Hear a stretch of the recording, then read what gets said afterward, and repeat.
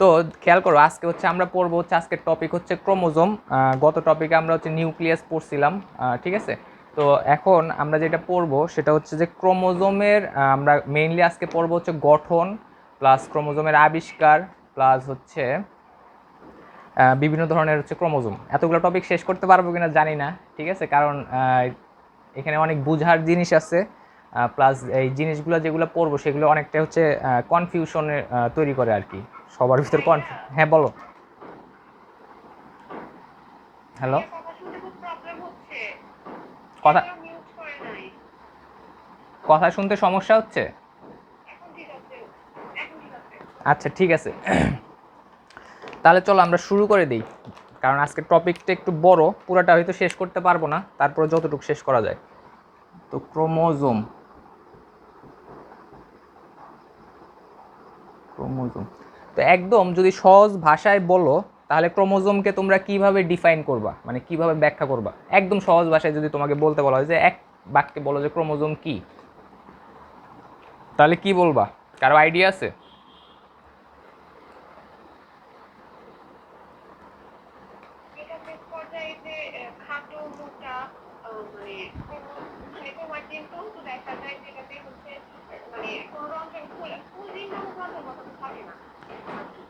হ্যাঁ এটা ঠিক আছে। হ্যাঁ এটা ওইটাই তো, মানে যে বলছো বংশগতির ধারক ও বাহক তারটাই মোটামুটি হচ্ছে ঠিক আছে। আর ও যেটা বললো ও একদম আধুনিক একটা ব্যাখ্যা দিচ্ছে আর কি, ঠিক আছে। তো আমি বলছিলাম যে তুমি একদম সহজ একটা মানে এক লাইনে একটা কথা বলবা, তো এক লাইনে যদি কাউকে বলতে বলা হয় তাহলে বংশগতির ধারক ও বাহককে বলা হয় কি? ক্রোমোজোম। কিন্তু আসলে বংশগতির ধারক ও বাহক কিন্তু মেইনলি ক্রোমোজোমও না, মেইনলি কোনটা? মেইনলি হচ্ছে ডিএনএ। ডিএনএর কোন অংশটুক? ডিএনএর কোন অংশটুক? ডিএনএর হচ্ছে জিন, অর্থাৎ ডিএনএর যে অংশটুক থেকে হচ্ছে আমাদের দেহে নির্দিষ্ট ধরনের প্রোটিন উৎপন্ন হয়, সেই অংশটুককে কিন্তু মেইনলি বলা হয় কি? তোমার বংশগতির ধারক ও বাহক, ঠিক আছে। তবে যেহেতু এই বংশগতির ধারক ও বাহক জিন হোক আর ডিএনএ হোক, সেটা কোথায় অবস্থান করতেছে? ক্রোমোজোমে অবস্থান করতেছে। তো সেই হিসাবে আমরা ক্রোমোজোমকে এক কথায় বলতে পারি কি? বংশগতির ধারক ও বাহক হচ্ছে কি? ক্রোমোজোম। আচ্ছা, এখন বংশগতির ধারক ও বাহক বলতে আসলে কি বোঝায়? বংশগতির ধারক ও বাহক বলতে আসলে যেটা বোঝায় যে পিতামাতা থেকে যে বৈশিষ্ট্যসমূহ, পিতামাতা থেকে যে বৈশিষ্ট্যসমূহ তোমার সন্তানে প্রবাহিত হচ্ছে, এই জিনিসটাকে আমরা বলি কি? মানে এই জিনিসটাকে হচ্ছে এই জিনিসটা কার মাধ্যমে প্রবাহিত হচ্ছে? এই জিনিসটা প্রবাহিত হচ্ছে মেইনলি হচ্ছে এই ক্রোমোজোমগুলোর মাধ্যমে, ঠিক আছে। ক্রোমোজোমের ভিতরে কার মাধ্যমে? ক্রোমোজোমের ভিতরে আরও স্পেসিফিকভাবে বললে ডিএনএর মাধ্যমে।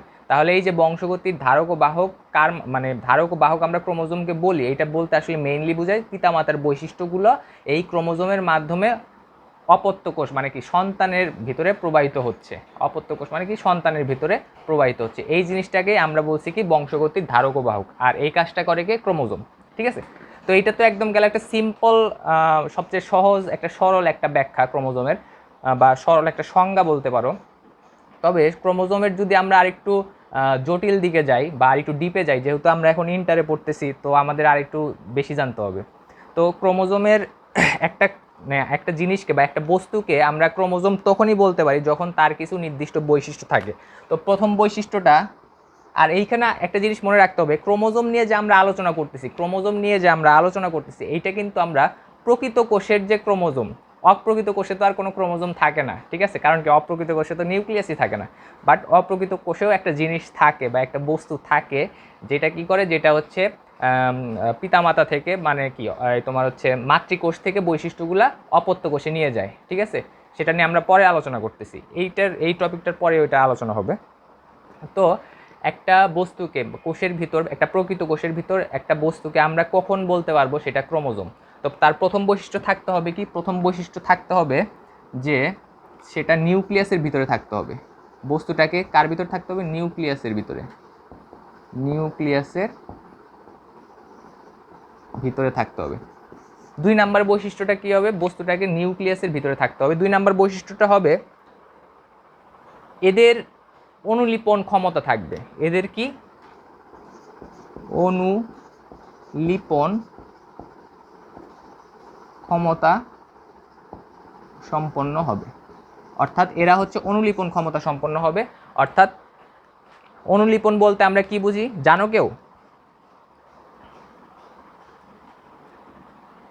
অনুলিপন বলতে কি বুঝি আমরা, জানো কেউ? একদম যদি সহজ ভাষায় বলি সেটা হচ্ছে স্বপ্রজননক্ষম। আমার কথা শোনা যাচ্ছে? ওকে, অনুলিপন ক্ষমতা সম্পন্ন আমরা বলতে বুঝি যে স্বপ্রজননক্ষম, এটাও লিখে রাখতে পারো, স্বপ্রজননক্ষম, স্বপ্রজননক্ষম। অর্থাৎ একা একাই এরা হচ্ছে কি করতে পারে, এদের ডুপ্লিকেট কপি তৈরি করতে পারে, এদের ডুপ্লিকেট কপি তৈরি করতে পারে, ঠিক আছে? তাহলে প্রথম বৈশিষ্ট্য কি, নিউক্লিয়াসের ভিতরে থাকতে হবে। দ্বিতীয় বৈশিষ্ট্য কি, এদের অনুলিপন ক্ষমতা, মানে এরা হচ্ছে অনুলিপন ক্ষমতা সম্পন্ন। তারপরে তৃতীয় বৈশিষ্ট্য কি, তৃতীয় বৈশিষ্ট্য হচ্ছে এরা রং ধারণ করবে, রং ধারণ করবে, ঠিক আছে? তোমরা এখানে খেয়াল করো, এই ক্রোমোজোম শব্দটা আসছে কিভাবে, CHRO, ক্রোমোসোম, এই শব্দটা মেইনলি আসছে Croma, Croma plus Soma. Soma হচ্ছে দেহ আর ক্রোমা হচ্ছে রং। অর্থাৎ কোষের ভেতরে আরও স্পেসিফিকভাবে বলতে গেলে নিউক্লিয়াসের ভেতরে যে সকল জিনিসপত্র, ঠিক আছে, যে সকল জিনিসপত্র, সোমা বলতে আমি বুঝাইছি হচ্ছে জিনিসপত্র, বাট সোমার অ্যাকচুয়াল বাংলা হচ্ছে কি দেহ, ঠিক আছে? যে সকল জিনিস রং ধারণ করতে পারে, ঠিক আছে, বাইরে থেকে যদি আমরা কোনো রং দেই সেই রং ধারণ করতে পারে, তাহলে সেটাকেই আমরা বলবো কি, সেটাকেই আমরা বলবো হচ্ছে ক্রোমোসোম, ঠিক আছে? তাহলে ক্রোমোজোমের আর একটা বৈশিষ্ট্য থাকবে কি, এরা রং ধারণ করতে পারবে। এরা কি, এরা হচ্ছে রং ধারণ করতে পারবে। সাধারণত যখন ক্রোমোজোমটা প্রথমে আবিষ্কার করা হয় তখন হচ্ছে জিমসার স্টেইন নামে একটা রং ইউজ করা হয়েছিল, জিমসা স্টেইন, তোমাদের লাগবে না, জাস্ট বলে রাখলাম আর কি। জিমসা স্টেইন নামে একটা রং ইউজ করা হয়েছিল, তো তখন দেখা গেছে যে ক্রোমোজোম সেই রংটা হচ্ছে নিজের ভিতর গ্রহণ করে নিছে, ঠিক আছে, বা নিজের ভিতর ধারণ করছে। তো সেটাই বলছে যে ক্রোমোজোম হইতে হলে তাকে অবশ্যই কি রং ধারণ করতে হবে। তারপরে 4 নাম্বারটা হচ্ছে যে সব ধরনের ক্রোমোজোমই হচ্ছে তোমার কি নিউক্লিয় প্রোটিন দ্বারা গঠিত, ঠিক আছে? ক্রোমোজোম মানে কি নিউক্লিয়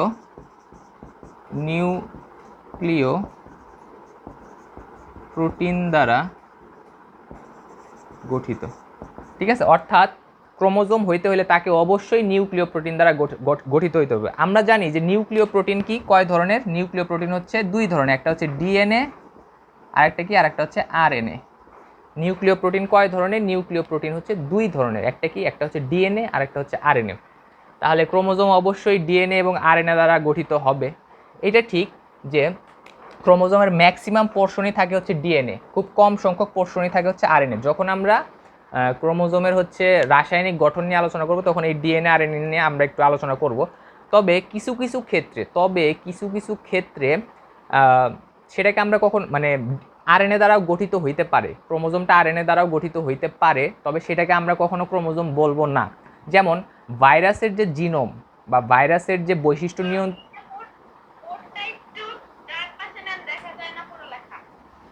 হইছে, দেখা যায়।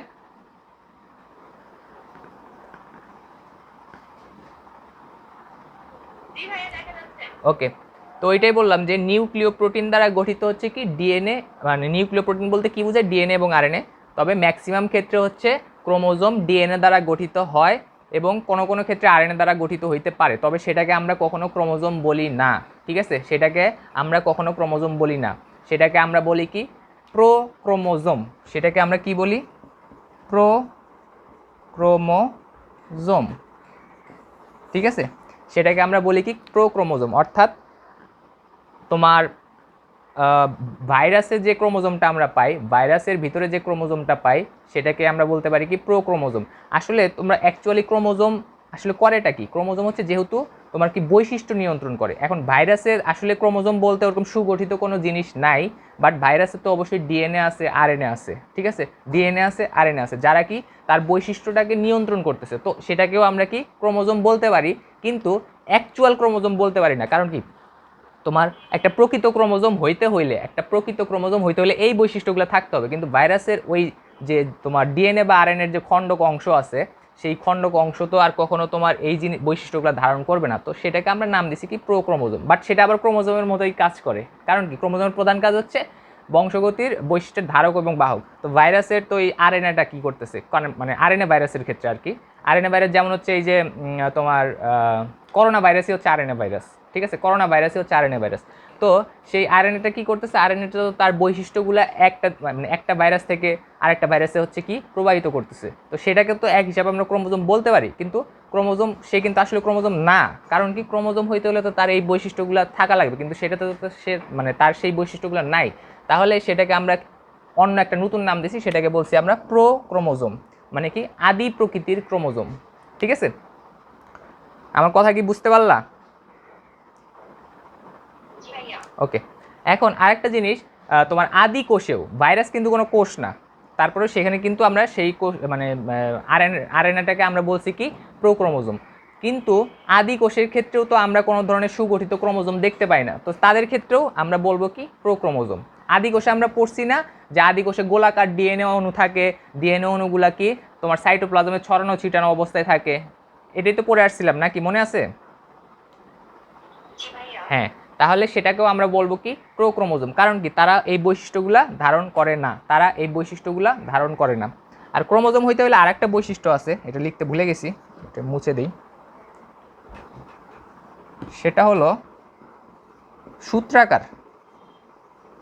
এরা কি, এরা কিন্তু সূত্রাকার হবে। এরা কি হবে, এরা হচ্ছে সূত্রাকার হবে। এখন একটা জিনিস তোমাদের মনে রাখতে হবে, ধরো যে এই বৈশিষ্ট্যটা আর এই বৈশিষ্ট্যটা, অর্থাৎ 2 নাম্বার বৈশিষ্ট্য আর 5 নাম্বার বৈশিষ্ট্য। এখন আমি যদি বলি যে তোমার রফিক একটা কোষ পাইলো, সেই কোষটাকে সে মাইক্রোস্কোপের নিচে দেখলো, দেখার পরে সে খেয়াল করলো যে সে কোষের ভিতরে এমন কিছু বস্তু খেয়াল করলো যেটি কি অনুলিপন ক্ষমতা সম্পন্ন এবং কি দেখতে সূত্রাকার। তাহলে আমি যদি বলি সে কোষের ভিতরে কোন জিনিসটা পর্যবেক্ষণ করেছিল, তাহলে তোমাদের অ্যান্সার কি হবে? কে একজন বলো।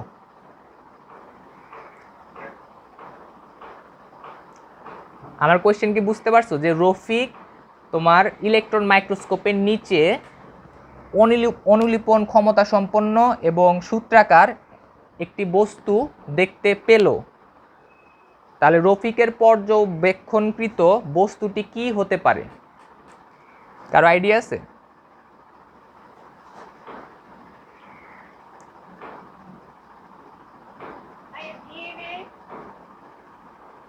একদম সরাসরি ডিএনএ তে চলে গেল। আচ্ছা দেখো,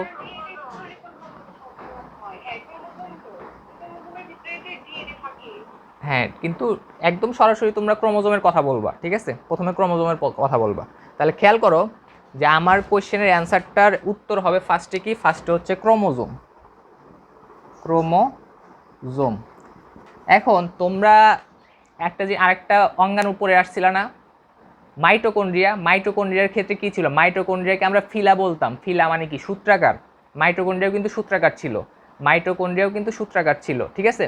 তাহলে মাইটোকন্ড্রিয়া এবং মাইটোকন্ড্রিয়ার আরেকটা বৈশিষ্ট্য ছিল, মাইটোকন্ড্রিয়ার নিজস্ব কি ছিল, মাইটোকন্ড্রিয়ার নিজস্ব কিন্তু কি ছিল, ডিএনএ ছিল, মনে আছে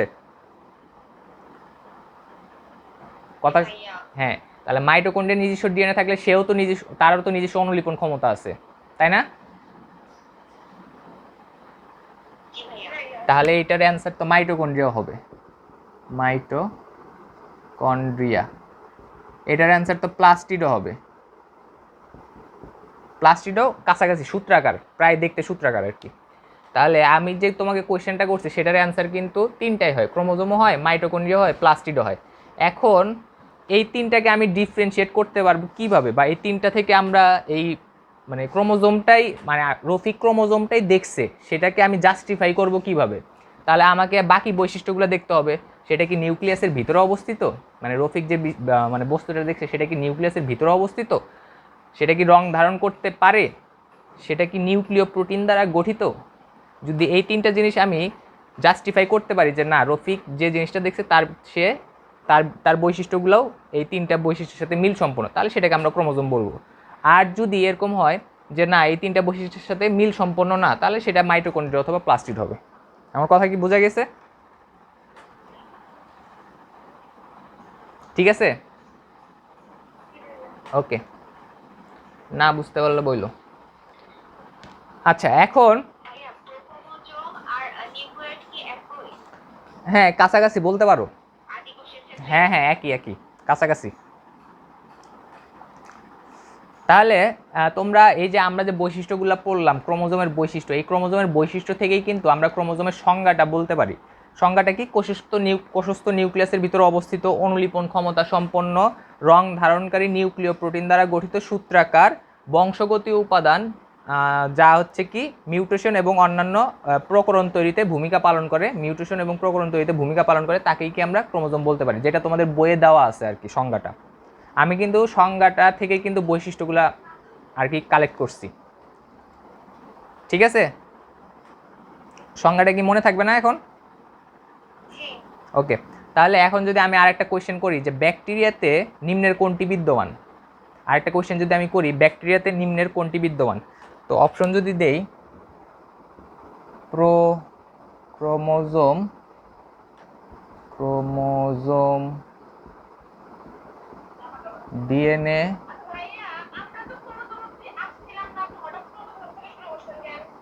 কে বলতেছো কথা? শুনি নেই।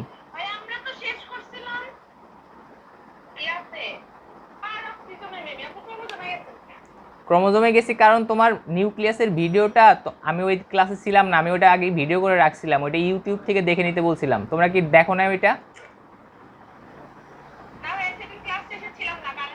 হ্যাঁ, তাহলে ওইটা দেখে নিও, ওইটা আছেই, তোমাদের কারো কাছ থেকে নিয়ে নিও।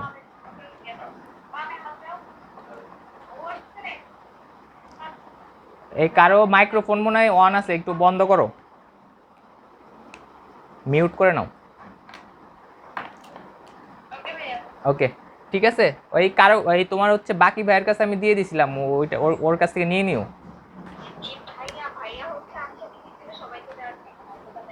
আচ্ছা ঠিক আছে, ওটা পরে দেখে নিও, ওইখানে সবই বলা আছে। আচ্ছা, তাহলে হচ্ছে ক্রোমোজোম আমি যদি এখন, হ্যাঁ সবই ছিল। আচ্ছা, ক্রোমোজোম তাহলে যদি আমি বলি যে ব্যাকটেরিয়াতে নিম্নের কোনটি বিদ্যমান, তাহলে অ্যান্সার কি দিবা?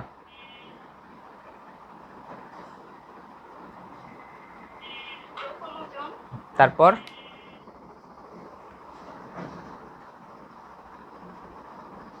একটা অ্যান্সার হবে?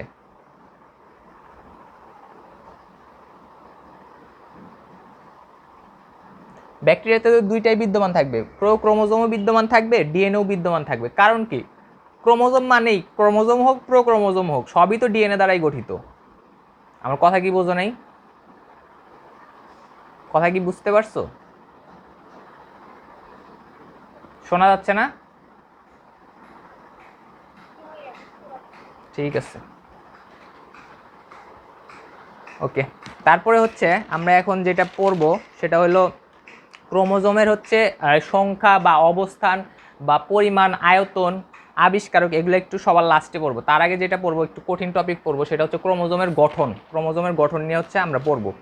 তো প্রথমত যেটা খেয়াল করতে হবে যে ক্রোমোজোমের গঠনটা আসলে, অ্যাকচুয়াল গঠনটা আসলে কি। আমরা যদি ক্রোমোজোমকে নর্মাল অবস্থায় যদি চিন্তা করি, নর্মাল অবস্থা একদম ধরো যে বেসিক অবস্থায় যদি চিন্তা করি, একটা রেস্টিং সেলে বা একটা হচ্ছে বিশ্রামরত কোষে ক্রোমোজোমটা কেমন থাকে। ধরো হচ্ছে এ হচ্ছে একটা কোষ, এ হচ্ছে একটা কোষ,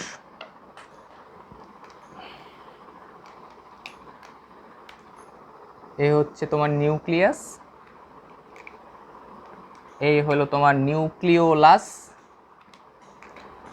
আর এই হলো তোমার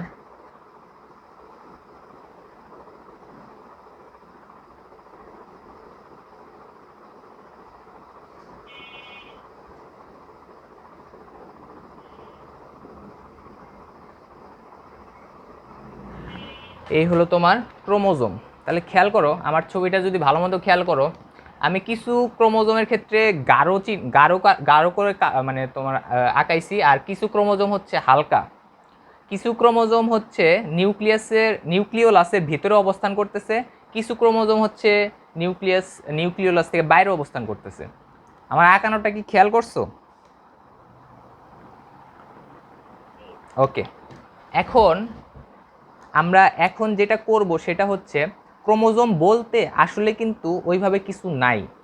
ক্রোমোজোমটাকে আমরা কখন নামকরণ করছি? ক্রোমোজোমটার নামকরণ করছি আমরা কখন? ক্রোমোজোমটার নামকরণ করছি আমরা কিন্তু কোষ বিভাজনের সময়। কোষ বিভাজনের একটা উপপর্যায়ে, কোষ বিভাজনের একটা উপপর্যায়ে না তো পর্যায়ে আর কি ধরো, বা কোষ বিভাজনের একটা ধাপে তোমার এই যে তোমার ক্রোমাটিন তন্তু যেগুলো আছে নিউক্লিয়াসের ভেতরে যে ক্রোমাটিন তন্তুগুলো আছে, এই ক্রোমাটিন তন্তুগুলারই একটা বিশেষ অবস্থাকেই আমরা বলছি কি ক্রোমোজোম।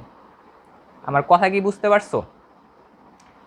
সাধারণ অবস্থায়, আবার বলতেছি আমি, সাধারণ অবস্থায় কোষে অর্থাৎ বিশ্রামরত কোষে কখনো ক্রোমোজোম থাকে না। এটা হলো প্রথম কথা। বিশ্রামরত অবস্থায় কোষে কখনো ক্রোমোজোম থাকে না। কোষটা যখন বিভাজিত হওয়া শুরু করে, ঠিক আছে, কোষটা যখন বিভাজিত হওয়া শুরু করে তখন এই যে ক্রোমাটিন যে তন্তুগুলা আছে, এই ক্রোমাটিন তন্তুগুলার একটা বিশেষ অবস্থাকেই আমরা বলছি কি ক্রোমোজোম। কথা ক্লিয়ার? ওকে, তাহলে আমরা যদি এখন ধরো যে এই কোষটা হচ্ছে এখন বিভাজিত হবে, কোষটা হচ্ছে বিভাজিত হবে, আমরা এখন আর ভিতরে কিছু আঁকাবো না, জাস্ট ক্রোমোজোমটা আঁকাবো। তো কোষটা যখন বিভাজিত হয় তখন আসলে যে জিনিসটা হয়, প্রথমে হচ্ছে নিউক্লিওলাস এবং বাইরের যে নিউক্লিয়ার এনভেলপ আছে সেগুলা কি বিলুপ্ত হয়ে যায়, সেগুলা কি কোষ থেকে দূর হয়ে যায়, চলে যায়, ঠিক আছে, বিলুপ্ত হয়ে যায়। তাহলে তখন জিনিসটা দেখতে কেমন হবে? ধরো যে মাইটোসিস কোষ বিভাজন হচ্ছে, ধরে নাও মাইটোসিস কোষ বিভাজন হচ্ছে, তাহলে কি হবে? মাইটোসিস কোষ বিভাজনের প্রথম ধাপটাকে আমরা বলি কি প্রোফেজ। ধরো যে এটা প্রোফেজ ধাপে আছে, প্রোফেজ ধাপ, ঠিক আছে।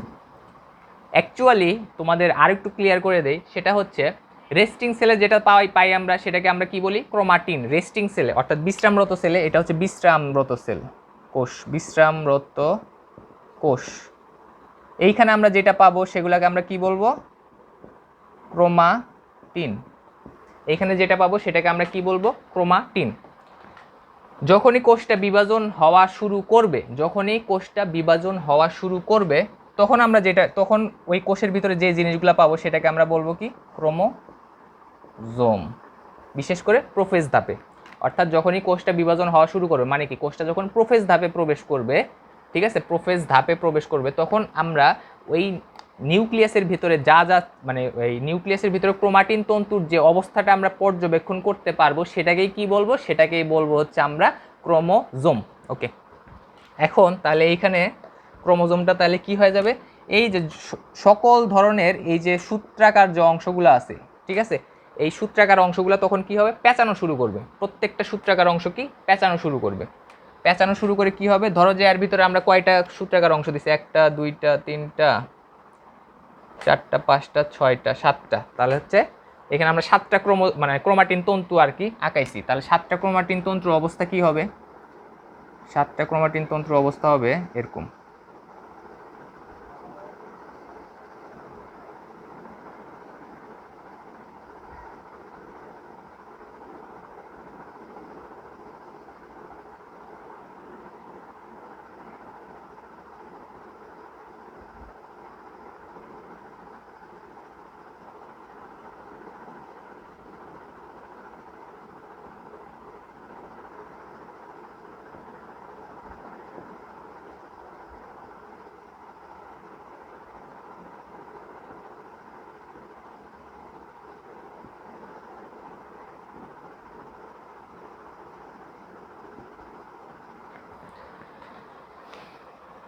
তো 7টা ক্রোমাটিন তন্তুর অবস্থা আরও কি, সেগুলা কি এর ভিতরে যে পানি ছিল সেই পানিগুলা কি হবে? পানিগুলো হচ্ছে বাইরে ফেলে দিবে।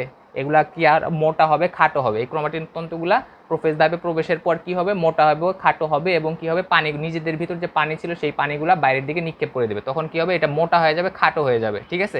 তখন এই ক্রোমাটিন তন্তুর অবস্থাটাকেই আমরা বলবো কি ক্রোমোজোম। আমার কথা কি বোঝা গেল? আচ্ছা, তাহলে আমরা এখন আরেকটু আরও সহজ ভাষায় চলে যাব। সেটা কি? সেটা হচ্ছে আমরা যদি আরেকটু বেসিক থেকে আসি যে তাহলে ক্রোমোজোম, দাঁড়াও, তাহলে ক্রোমাটিন যে তন্তু,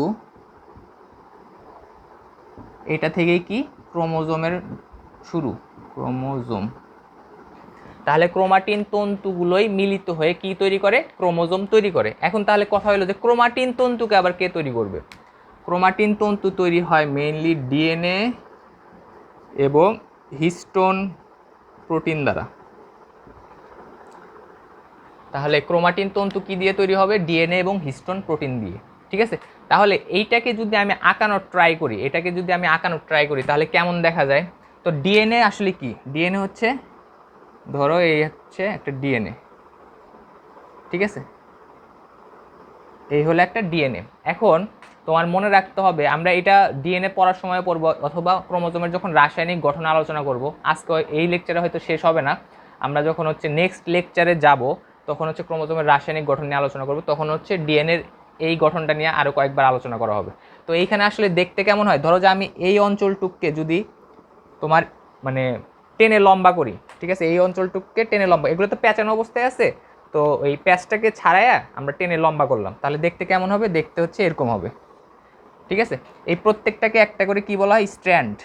ধরো যে এই উপরের স্ট্র্যান্ডটাকে আমি এক চিহ্ন দিয়ে চিহ্নিত করলাম, আর নিচের স্ট্র্যান্ডটাকে আমি 2 দিয়ে চিহ্নিত করলাম, রোমান অক্ষরে 2 দিয়ে চিহ্নিত করলাম। এখন এই যে উপরের স্ট্র্যান্ড নিচের স্ট্র্যান্ড, এরা হচ্ছে পরস্পরের সাথে বেস পেয়ার দ্বারা যুক্ত থাকে। ঠিক আছে, বেস পেয়ার। তো বেস পেয়ারগুলোকে, ডিএনএর ক্ষেত্রে বেস পেয়ারগুলোকে আমরা ATGC এই হিসাবে কাউন্ট করি।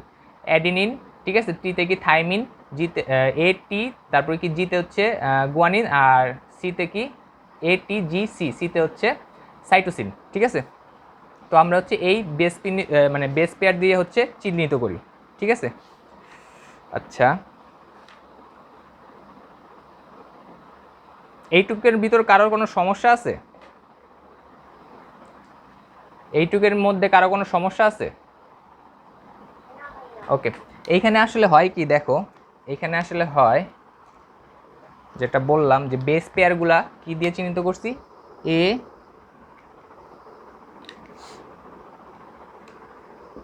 এ, তারপরে কি টি, তারপরে কি জি, তারপরে কি সি।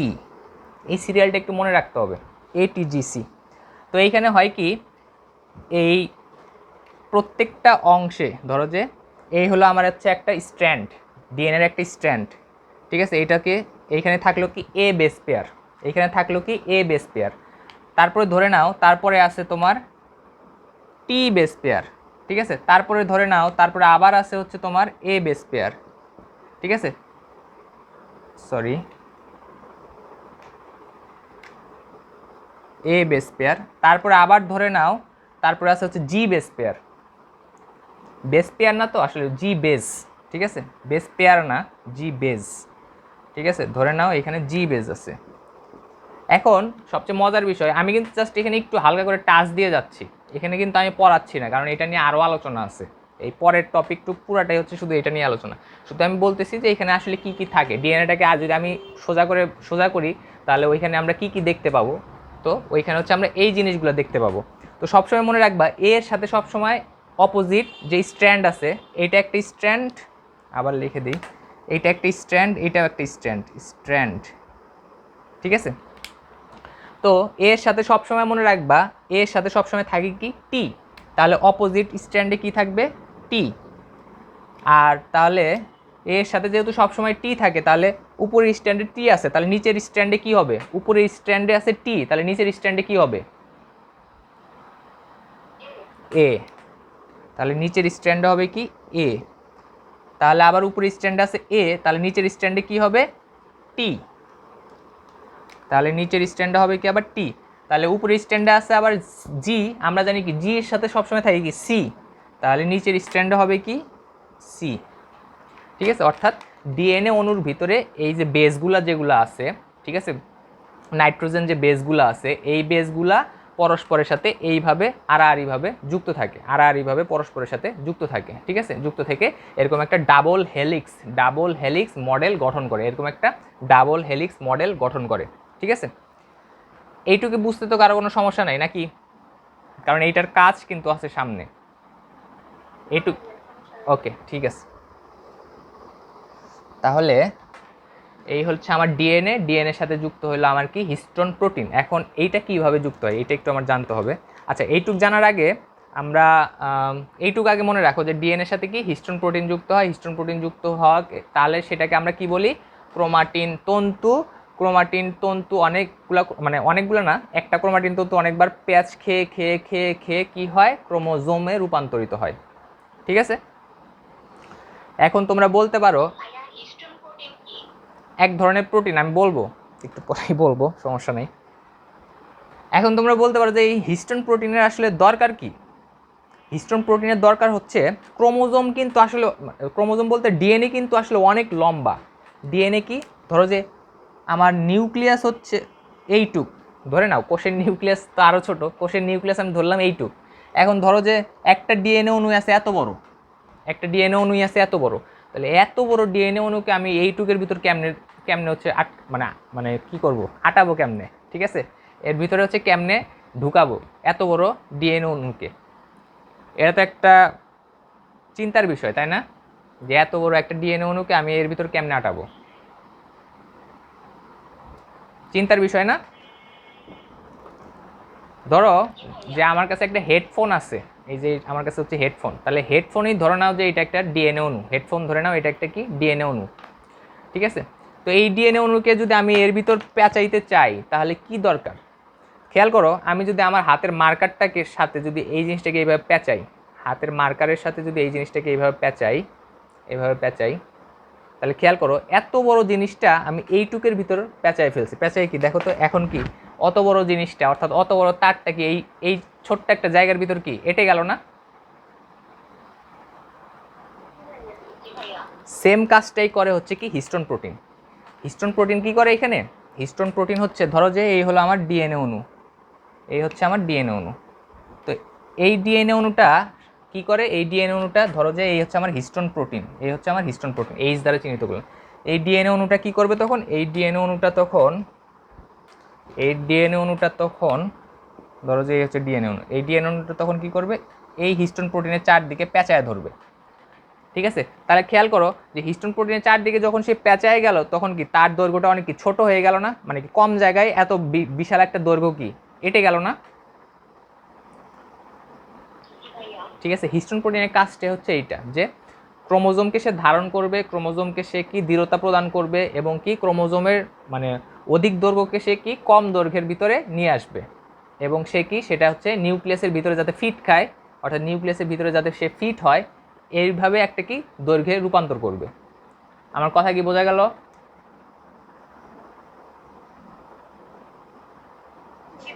ওকে, তাহলে এখন আসলে হিস্টোন প্রোটিন কি। হিস্টোন প্রোটিন হচ্ছে এক ধরনের গ্লোবিউলার প্রোটিন। হিস্টোন প্রোটিন হচ্ছে এক ধরনের গ্লোবিউলার প্রোটিন। এটা সাধারণত 8টা প্রোটিন একসাথে থেকে একটা হিস্টোন প্রোটিন গঠন করে, অর্থাৎ 8টা